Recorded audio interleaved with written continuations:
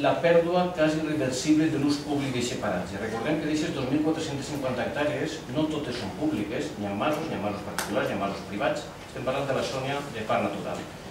I pràcticament les úniques zones on la gent acudeix perquè són realment públiques i la gent es sent com a casa poden ser la zona de Sant Antoni i la zona del paratge de la Font Roja. La zona del paratge de la Font Roja jo penso que tots coneixem exactament quina és la superfície que té allò i el que dona.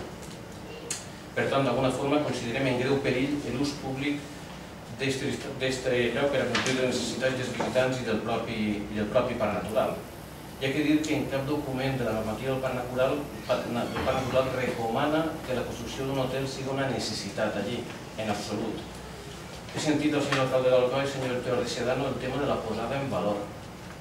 A mi m'agradaria que ens explicaren què és això de posar en valor. És com si dins de la catedral de Burgos tingués que posar un restaurant per a posar en valor la catedral de Burgos. És a dir, els espais naturals, per definició, tenen valor en si mateix. És a dir, no cal fer cap xiringuito allí i menys que això vagi contra l'ús públic per a posar en valor res. D'alguna forma, el santuari de la Font Roja és per a pujar, estar allí i baixar. Això no vol dir que es neguem a que n'hi hagi allotjaments, en el seu cas, però en absolut un hotel d'aquestes característiques com el que ens presenten estos dies. Bé, pensem també que té que estar a l'abast de tothom, com he dit abans, la informació. És a dir, ens sembla raríssim que en un projecte tan magnífic, en un projecte tan espectacular, que han eixit tots en tropel a defensar-lo, d'alguna forma no el puguem conèixer. Nosaltres fem ús de la llei d'accés a la informació ambiental, conveni d'Aarhus i llei que està transposada per l'estat espanyol en el 2007. D'alguna forma demanem aquest accés a la informació ambiental. Recordem que en aquest moment l'empresari, la persona que ha licitat el projecte o que ha presentat el concurs, millor dit, ha presentat un estudi d'integració paisatgística també i ha presentat un estudi d'impacte ambiental.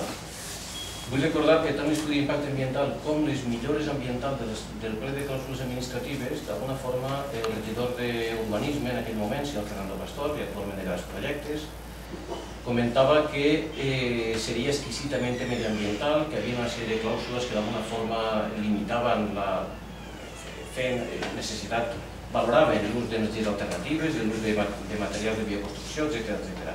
S'ha donat el cas que s'ha presentat una única empresa, per tant, al no haver mínim de baremació, d'alguna forma aquesta empresa en el projecte que presenta i per lo enfadats o nerviosos que detectem que estan, sembla que sí que tenen ganes d'adjudicar-ho. Dóna la impressió que aquestes clàusules se les poden passar pel forro perfectament. S'ha fet molta insistència en l'estudi d'impacte ambiental. Bé, l'estudi d'impacte ambiental és estrictament necessari, que no per cobrir el senyor regidor d'Urbanisme, per cobrir la normativa del parc natural també. Per tant, no és cap millora ambiental. No s'exigís res que no s'exigisca en qualsevol altre lloc.